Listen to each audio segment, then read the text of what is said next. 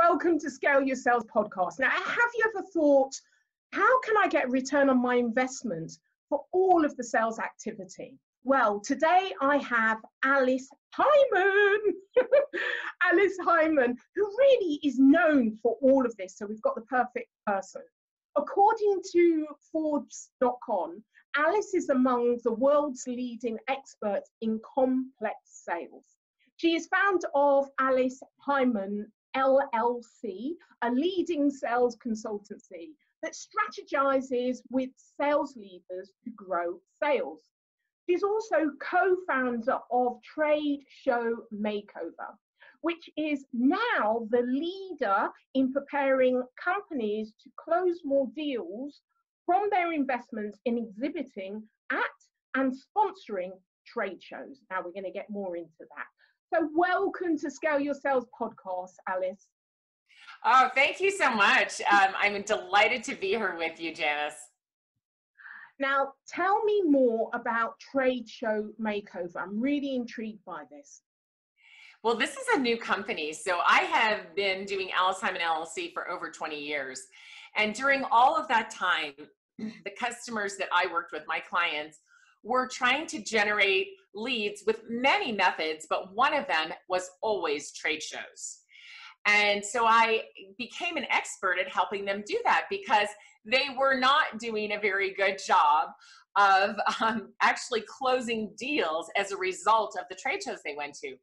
But last year, a friend of mine came to me and she said, you know, I just keep seeing this over and over again. People are spending so much money at trade shows and they can't even tell me whether they got any results. Maybe they got 2,000 badge scans, but no one was interested in their product when they did the follow-up. So how is it possible they're spending all this money, they think they're getting leads by scanning badges, and yet the number of closed deals from trade shows just, it's not proving out to give them the ROI. So we launched Trade Show Makeover to make sure that companies stop leaving money on the trade show floor. That's brilliant. But I have heard it said that with digital having such an impact in B2B prospecting, that trade shows are now dead. So what do you say to that? Well, digital is really important and people do need to learn to be digital sellers and digital marketers. But in fact, the trade show industry has grown year over year for 8 solid years. So trade shows are not going away. All of the statistics tell us that trade shows are still a very important part of business. And companies are spending hundreds of thousands and millions of dollars to be at these trade shows. And one of the really great draws is just that sense of community when you are together with people in person. And also really the cost of the trade show compared to flying to individual customers and prospects, it really is a great spend because you can see so many people at one time. So if you do the trade shows properly, that money you spend can be a huge benefit and you can get a return on investment. So I don't think trade shows are going anywhere. And I believe to be good at trade shows, part of it is being digital. You simply must combine the two together to get a great result. So can you give me an example of that, of combining the two, what works really well? Well, yes, absolutely. One of the most important things to do is use digital before the show. So what happens with trade shows, and companies even have been doing them for 20 years or 10 years, but a long time, they're doing the same thing over and over again and not getting a good result. I think that is the definition of insanity. So I think what we need to do is spend most of the time pre-show, where what they're doing is spending most of their energy and effort and time on the show, and then some of the time on the follow-up. We've got to spend most of our time before the show making a plan and preparing. And so that's where digital comes in. So if I'm a marketer and I'm putting out one-to-many messaging, then using the social media channels that my industry plays on, right? Where my customers and prospects live. I want to put out some great one-to-many messaging about all kinds of content related, but also about the show. But the messaging shouldn't be, come to our booth, because I don't care. So I want some information put out on social media about the great content we'll be sharing, about the topics of conversation, and letting everyone know that we will be at the show, that one-to-many messaging. Now, the salespeople need to use digital to do the one-to-one messaging that's so important in sales. And what we're trying to do ahead of the show is build brand awareness and develop interest, right? This is the very top of that marketing funnel. Just know that we exist and be interested so they recognize us, right? And then when they get the call from the salesperson, or they get a LinkedIn message or whatever it is, an email, they've heard of the company before and they recognize and they have some level of interest, so the salesperson can then set an appointment.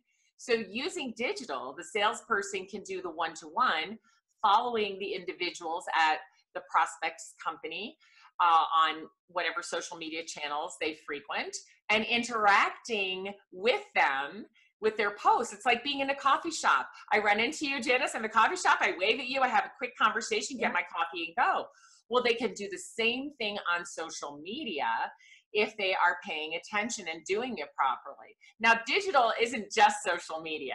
I mean, email is digital, right? SEO, pay-per-click. There's so many other things you can do. But that's part of that is marketing. Salespeople need to find the right people to connect with and interact with them and start having conversations on social media, by email, by phone, long before the show begins, so they can set appointments and people can look forward to visiting them at the booth, and they can invite them to the special events that they're having along with the trade show. Yeah, I think you're absolutely right. It's preparation, but also being really focused on what are you there to do and who do you really need to meet, because they're all in one place. So I often go to events and I've actually got almost back-to-back meetings one day, and then the next day I might actually enjoy and see what I can find at the event. I've arranged that months before. Hey, I know you're going to be at the event. Let's have a coffee, something like that. And it seems so simple, but you see companies that put so much money into their stand. It looks beautiful. There's no one on it. Nothing's happening. There's no activity. Had they just invested on all of that before, they don't need to have a brand spanking glorious stand. It's actually just a tool, isn't it? Yeah, absolutely. It's crazy where we put our money and our emphasis. Right?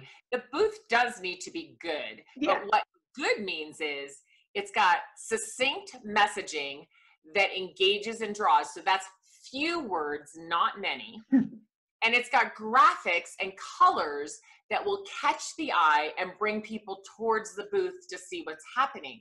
If there's a whole bunch for people to read, or the colors are not engaging in any way, people walk right by. I mean, remember, there's 100 or 1,000 other booths to go to. So why on earth would you stop at a booth that isn't engaging in any way?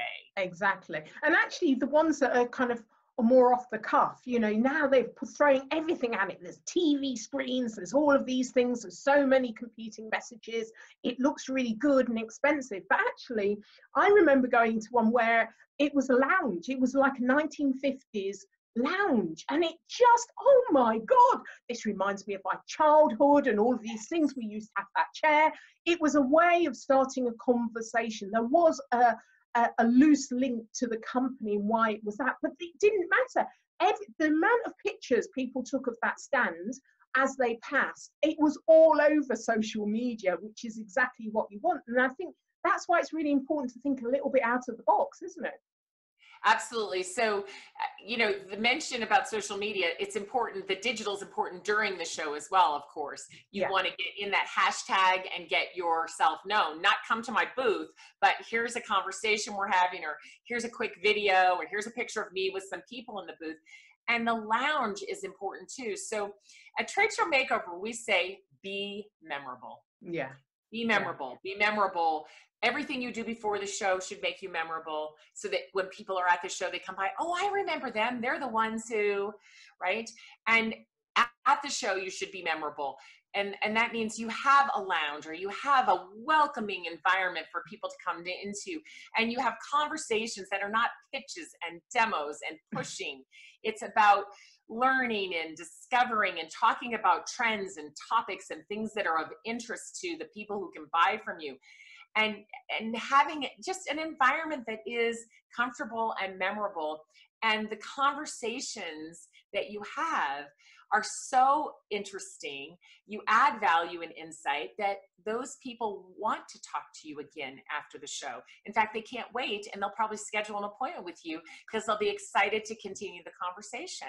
Yeah. So that's what's going to make you stand out at a show and really be able to get qualified leads from it. So let's move on the sales process and look at it from the buyer's point of view. In a complex sale, how has the relationship with salespeople changed?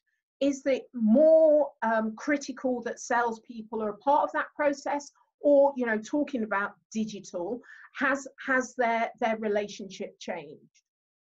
I think the relationship has changed to some degree. Now, I'm talking about a complex sale here. Yeah. In other sales, things are different. I mean, it's business to consumer. We can just jump on the internet and buy anything we want. We don't ever need to talk to anybody. Unless something's more complex and we want maybe to see it in person and touch it and feel it ahead of time. I think we need to be prepared to do really both in a business to business complex sale. One of the things that happens is someone will they'll do the research on the internet, then they'll talk to a salesperson, and then they'll go back to the website to see whether the salesperson is saying the same thing that's on the website. Yeah. And it causes a big problem. My friend Scott Collins from Gartner talks about this all the time. And, you know, he's telling people, listen, your websites are terrible. First of all, they don't speak the language that your prospects and customers speak. But secondly, they don't support the salesperson because they don't have the same information that the salespeople are delivering. So I think today, because buyers go online and research, and they look at things like G2 Crowd or other consolidators who are comparing products and such, and then of course they still ask their friends, they ask their colleagues. They've got a lot of information before they go in. Whereas when I was young selling, they didn't have the internet. They had to depend on me, the salesperson, to help them learn these things. Now they get all that on their own. So for one thing, we have to make sure that the website and all of the collateral that we put out there, all the content we put out there, is helping the salesperson do their job, and it's repeating the same thing. So the salesperson says, we can do this, and the website says, yes, we can do this. Yeah. So that's really number one, I think. And you do need a salesperson in a complex sale, because you actually need a team. Anyone who's selling today knows that the days of the lone wolf salesperson are gone. You cannot send a person from a $30 million company out to a $1 billion company and expect them to navigate the complexities. It has absolutely gotten more complex.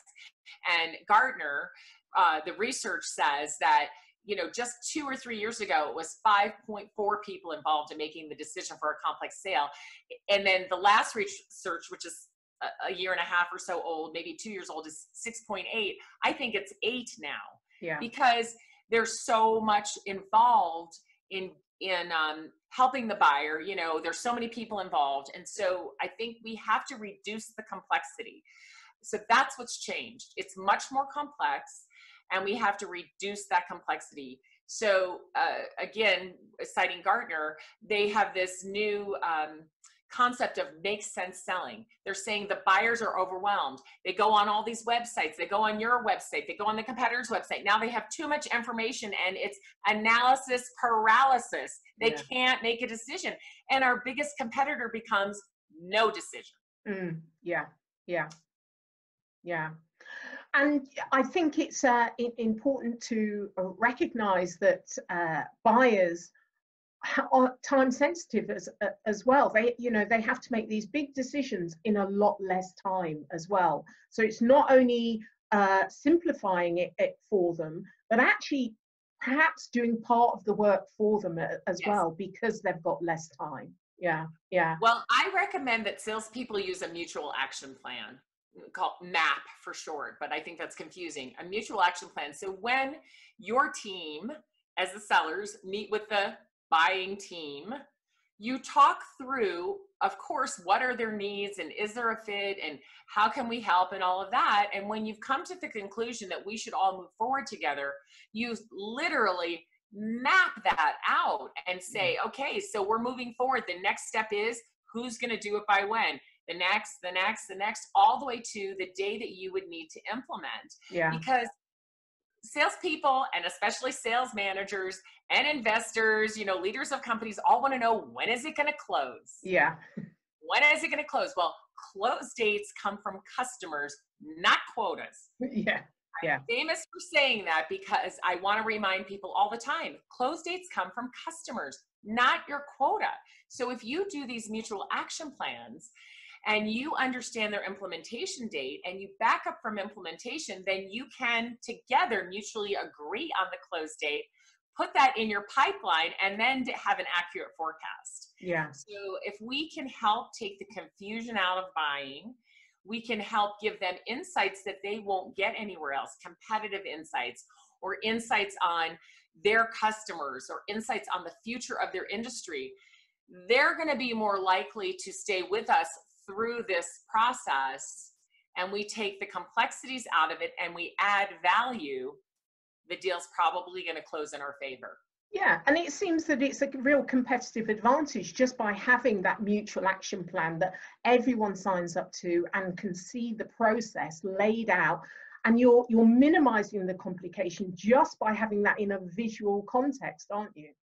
Yes, absolutely. Absolutely. And you can send it back and remind them. And when things change, you get on the phone together and say, okay, legal's held this up now for 2 more weeks than we thought they would. We've got to adjust. Yeah. And we still have to meet this implementation date. So we got to speed up to get this done. Yeah, absolutely. So what's your tried and tested strategy that you can offer the listeners in order to scale their sales? Well, gosh, I think so many. it's, for every company, it's so different. I work with owner-led, investor-backed companies that have a complex sale. They're usually under $100 million and more in the $30 to $50 to $90 million range, and they are trying to sell complex items, services, software, medical devices, complex things to very large companies. And so I think what's tried and true is to make sure that the leader of the company understands sales well enough to truly lead sales. Because a lot of times the CEOs and the other C-level leaders step back and say, you are the sales leader, you should be leading sales. So they might make the strategy up here at this level, and then they're depending on the sales leader really to deploy everything and make it work. But when the senior team is not on board and really understanding what can and cannot happen in sales, it makes it very difficult for sales to execute. And the senior team puts tremendous pressure on sales, not having a real understanding of what's possible. And because they don't understand, they don't really apply enough budget and resources to allow sales to do what they need to do. So I don't know, tried and true method is get the senior leadership team really understanding what sales needs to do and what resources they're going to need to do it well. You want to double in size, got it, because that's what your investors want, and the senior team is charged with doing that. But you don't provide the proper resources to sales, it's not going to happen, and then everybody's going to be yelling and screaming. Yeah. So I think that's really where it has to start, at that level. And lead generation is absolutely key, and people just don't get it right. They just don't provide enough leads to keep their salespeople busy enough. And I don't mean busy in a bad way, but salespeople need to have conversations with people who can buy from them. Mm. They need to have lots of those every day in order to close enough deals to grow at the pace you want them to. work backwards from that. So Yeah. the leadership team needs to understand, if you want 50 closed deals each month at an average deal size of $100,000 or $500,000 or whatever your average deal size is, 50 deals at this average deal size, how many leads do you need to generate? It's exponential. And salespeople, you know, need to have 5 conversations a day with qualified buyers to get 1 or 2 of them to continue advancing. Yeah. And so the numbers are humongous, and the sales leadership is struggling to get the resources they need from the C-level to really be able to generate leads. And on top of that, most companies just don't understand lead generation, and they fail at it. This is why I love trade shows. I mean, there's lots of ways to generate leads, but trade shows can give you a dependable stream of qualified leads if you do them properly. So we've got to get this part fixed. Really excellent points. Unfortunately, we're running out of time, so I can't pick you up on them, because, you know, I think we'll have to just do another one, won't we? Yes, absolutely. So who is your hero or a shiro? Oh my gosh. Right now, I'm following someone called Donald Miller. He has a company, Story Brand. And right now, he's my hero for a couple of reasons. One is I love the story of how he built his business to where it is today. And it's still a young business. I love his philosophies.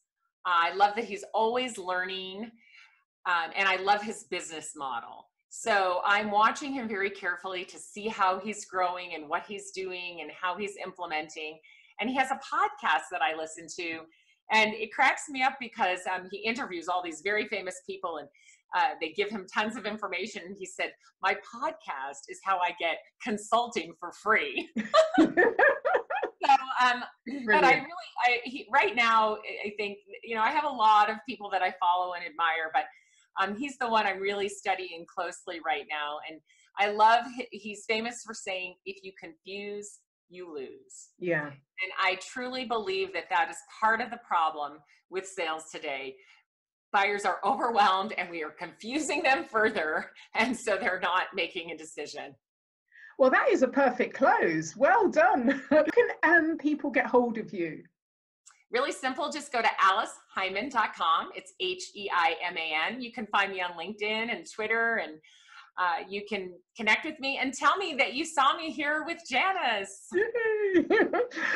Thank you so much, Alice, for being a guest on Scale Your Sales podcast. It's been an absolute pleasure. You're a mind of wisdom and experience, so we're definitely going to get you on again. Thank you so much. Have a wonderful day.